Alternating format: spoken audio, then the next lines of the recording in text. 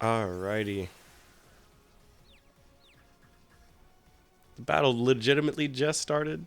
I just happened to forget to press record a little bit earlier this time around. Thank you guys for showing up to the Tajiri League Gym Battles series, or whatever the heck I'm making this turn out into. That's more of a commentary at this point, but yeah, this is the third gym leader I tackled.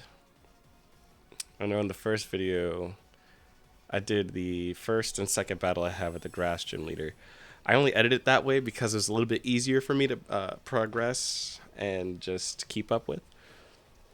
This is the first official gym that I locked in for. I told myself, I said, hey, this is where things hit the fan. I've already had fights with for the first two gym leaders, and it didn't really work out so well. So let me see if I could change my luck around with gym leader number three. Yeah, shout out to Maj. He was a great gym leader in this fight. He really put the heat on. I really understood my battle flow a little bit better. I think he's been in the chat for a while. But his skills as a gym leader are no joke. His timing, his Pokemon choice, it's all perfect for his gym set.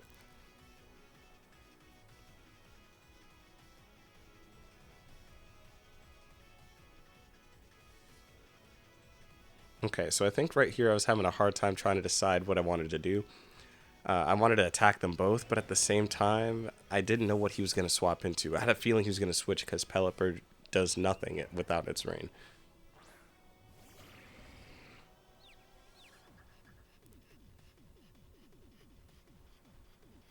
I went for my signature Oricorio Teeter Dance move. I really loved chancing that. I don't know. For some odd reason, I thought it was better for me to switch here. I wanted to switch to Walking Wake. I went and got a speed boost off of the Quiver Dance at the beginning.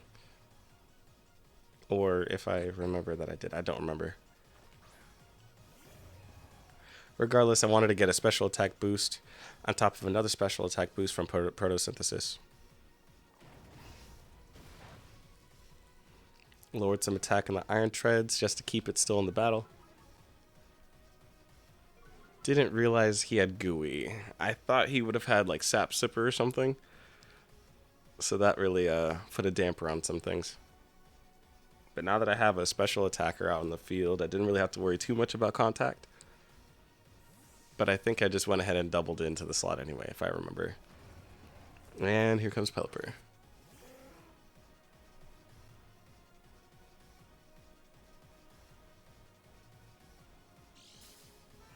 Still got a special attack boost because of my item.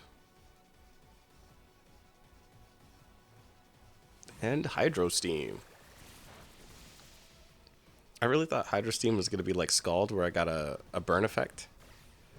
Unfortunately, it didn't work that way.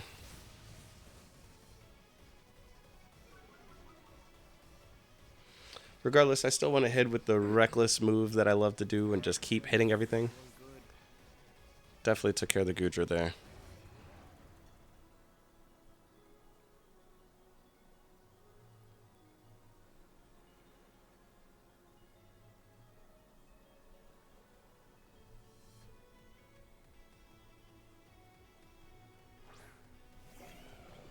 Iron Treads comes back, and it feels like I started round one all over again. In this case, though, Koraidon is kind of slow, and I was afraid that he was going to go for the Tailwind. That and another Hurricane. This one's a fun one. Quixote the Mudsdale. I restarted my journey, if you guys remember from the first episode or whatever you want to call it. And I started with the Bagon. I named it Fafnir. Well, one of the Pokemon I caught while going around the region was a Mudbray. And I was just like, I've never actually seriously ran a Mudsdale. I know that they could do damage. Let me see what I could do for it. And thus, Quixote joined the team. I really thought it would help me out in the Poison Gym. I made a lot of bad mistakes there. I really feel like I could have gotten the badge, but I keep screwing up somehow. I don't know what it is.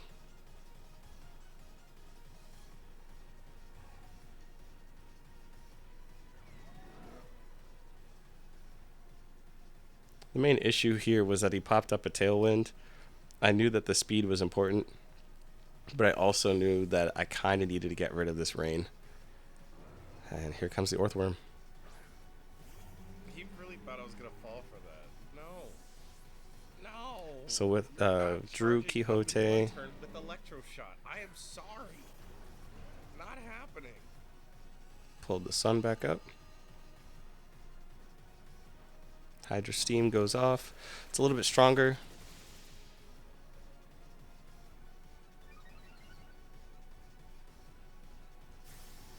Goes for the Draco anyway, Oh, but he knew it was coming. which isn't too bad. He tried to go for a special check on Quixote because its defenses got boosted. But it's all good. I had a plan in place for this. I knew I had to hit Orthworm. So I'm trying to remember how I did it. I know I couldn't hit it with a ground type move. So I either hit it with a flamethrower or I body pressed it. Everybody's a ground type.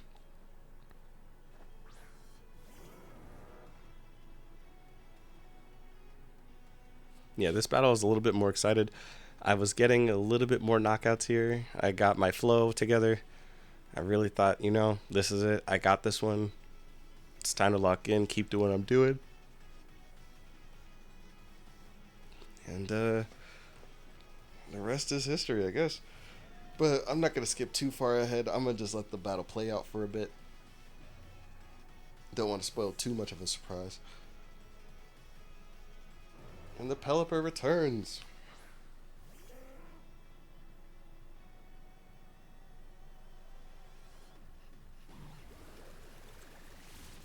Hydra Steam on the Pelipper.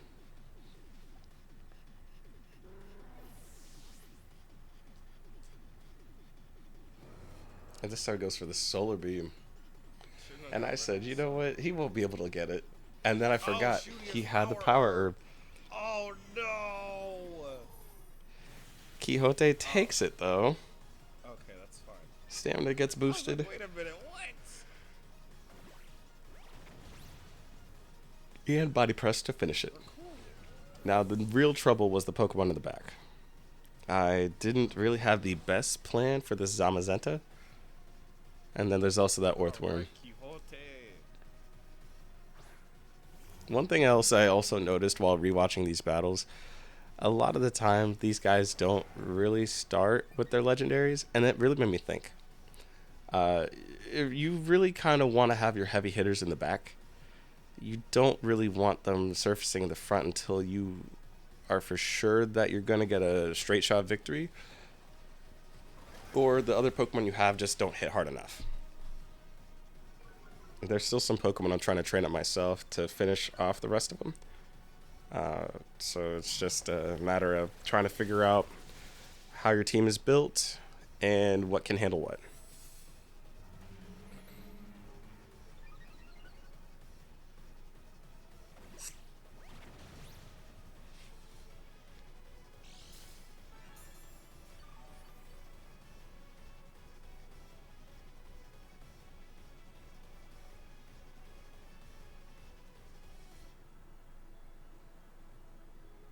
Oh, that's crazy.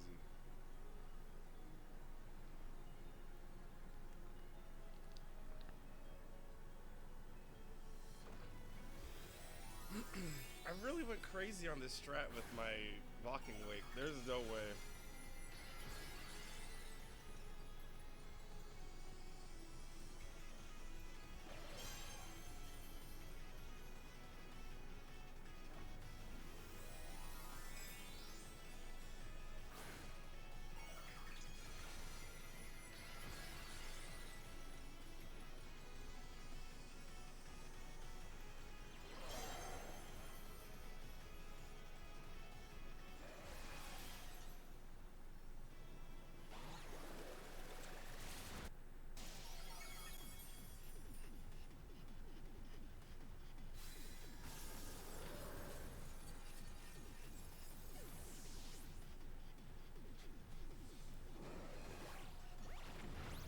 Yeah, this is definitely a trying attempt at this Orthworm. Sorry I was quiet for a second, guys. There really wasn't much to talk about. The battle was just kind of at a weird stalemate for a second. But the Zamazenta was going to go down. I wanted it to. Decided it was the bigger threat. That's another thing I've also learned in these battles. You got to figure out which one's the bigger threat and which one you need to knock out. Yeah, I find it very Damn. important to knock out the Oh, most important no Pokemon, which way! happen to be legendary sometimes. Alright. And other times, it very well could just be like the ones that are just the most annoying. Alright, so the next battle comes in. I keep the same Pokemon. I realized that he Wait, can you changed up his switch? Pokemon. I didn't realize he could do Can that, you swap the but Mushi? I later looked at the rules and there was Switch? nothing saying that you could switch your team Wait, around, which is a big problem that I have. I don't have battle teams all wait, prepared does and he set. take Musashi I down? normally just carry Oh, them he on has my a party, Slowpoke. and I forget about the Alright, whole that's battle box better. system. I believe he started off the same way. Try to pop a tailwind.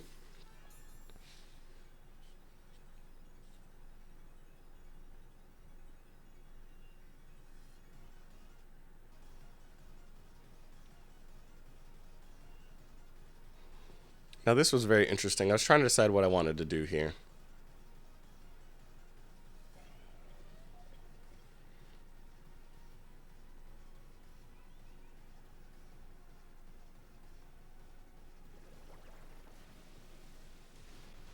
Oh, Gabrias.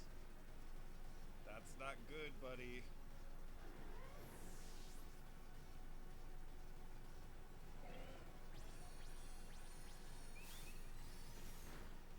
Oh my goodness.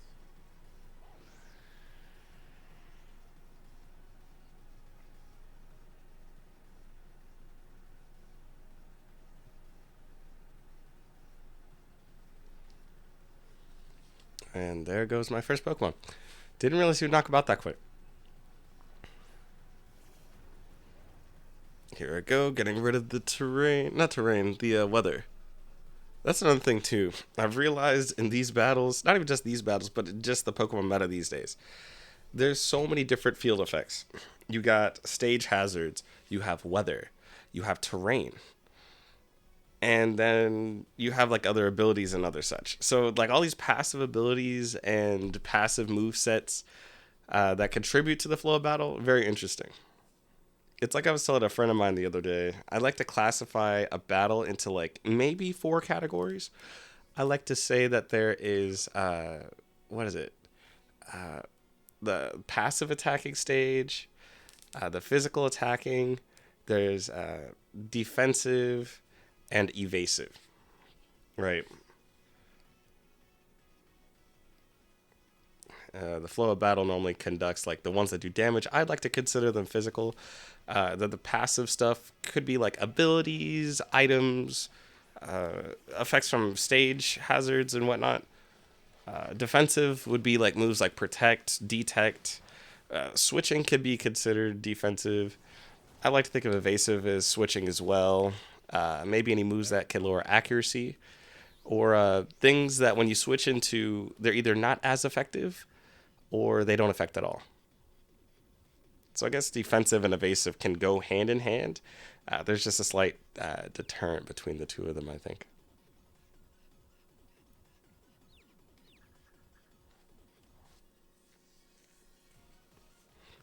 Well, this time Helios wasn't completely dead yet.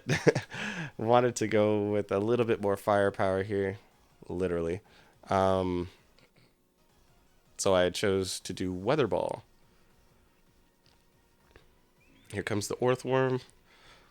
Works out perfectly for me, actually.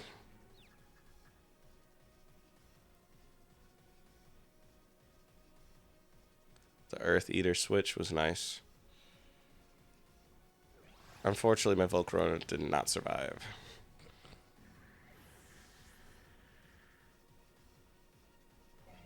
But oh, not Weather Ball. I went for the Revelation Dance. That's what it was. I thought I did Weather Ball.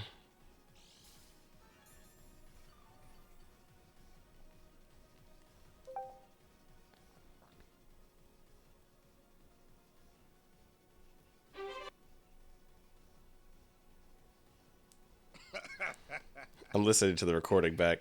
There's some sections in here where I activated a video game on here, and I was laughing at another joke. I just thought it was pretty funny. Anyways, I bring back out Quixote, my Mudsdale. Really love this Pokemon. I think it's really effective. It's just really slow.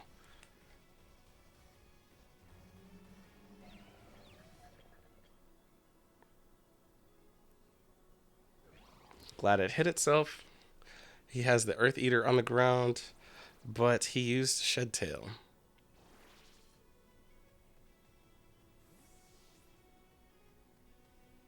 I guess that's another evasive and defensive move. I also realized that using a move called Tidy Up can remove substitutes. Go figure. I never knew that was a thing.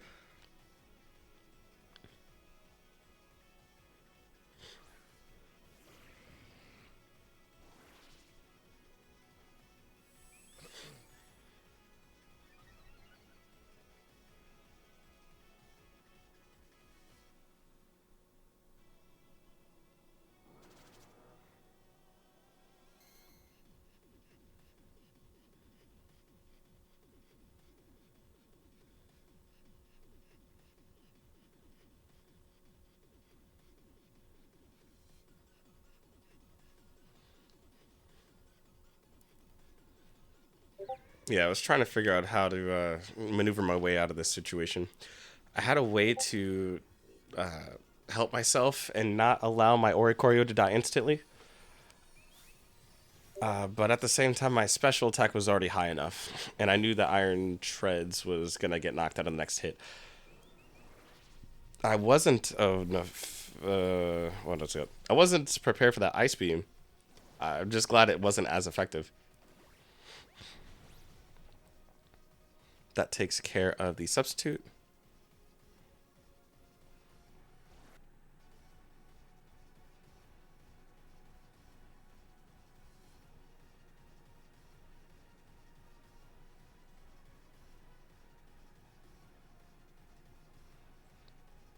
All right, here comes the big dog.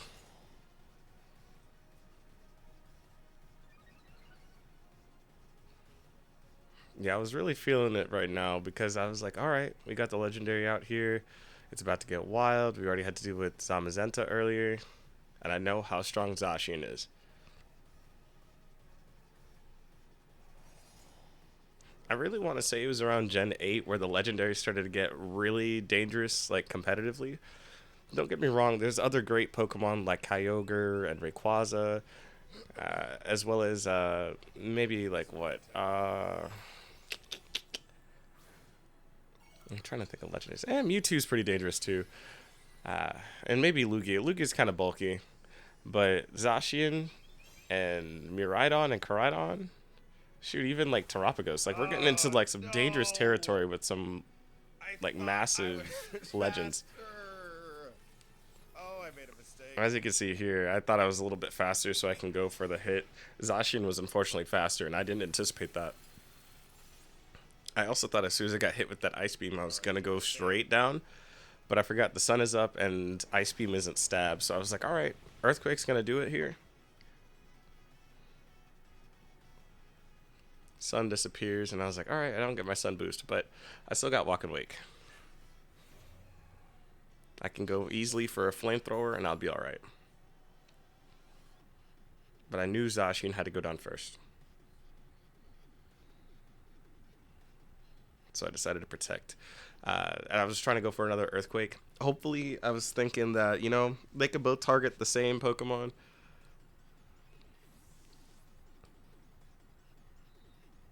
And here comes the Pelipper again. But the stones hit him, and he gets knocked out, which is great. Drizzle doesn't activate anymore. That's another Mon down.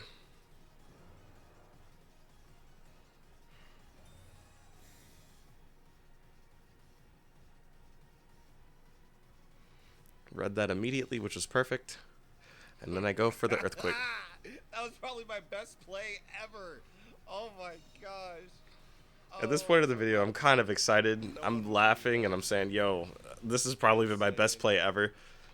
I have never read a move like that, ever. This is like the turning point in all of my matches right now. This proved to me that yes, it's possible for me to build a coherent team that's capable of taking down an entire mono team, with like an exception like one off type. But this battle right here really gave me enough like of a push to want to do better.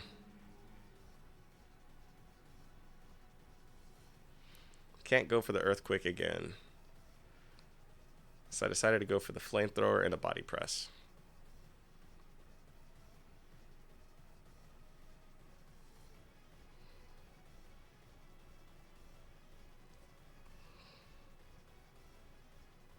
I'm not supercharging that thing with the solar beam. He's got a power herb. Let him do it himself.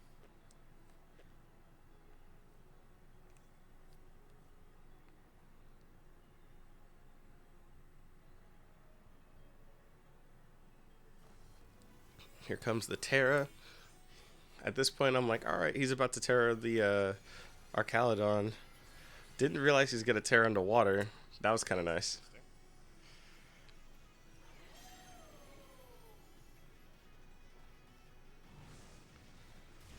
Flamethrower goes. There goes the Orthworm. And I'm thinking he has a Terra Water, right? What are the chances he has a Terra, what's it called? A Terra Blast Water type. Nah, but he's going for the Electro Shot. He's trying to boost up that, the special attack.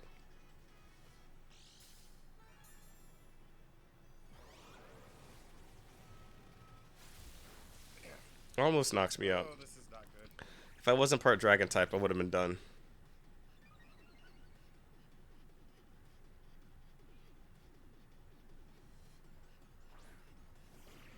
And here comes that Hisuian Gudra again. You know, it's funny. I actually kind of like Hisuian Gudra. I'm glad they made another Steel Dragon type. And then all of a sudden, they made an evolution to Duraludon, so we have another other Steel Dragon type.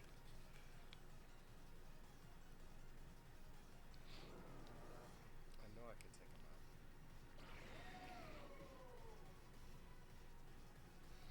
out. So here I go for the Earthquake again, thinking that I can just take out the Gudra. I just wanted the Walking Lake to survive another turn so that I could pull up with the Sun.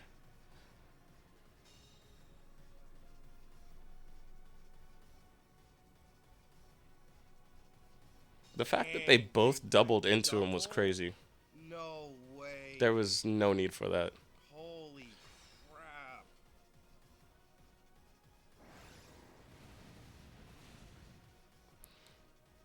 Unfortunately, it was still standing, so I had to figure out another way how to finish this. So I decided to go into Dragapulse and then finish it off with the Earthquake again. That's insane, bro. Stab Dragapulse could go a long way. I've realized that I realized that he wouldn't body press right into me again. Hey.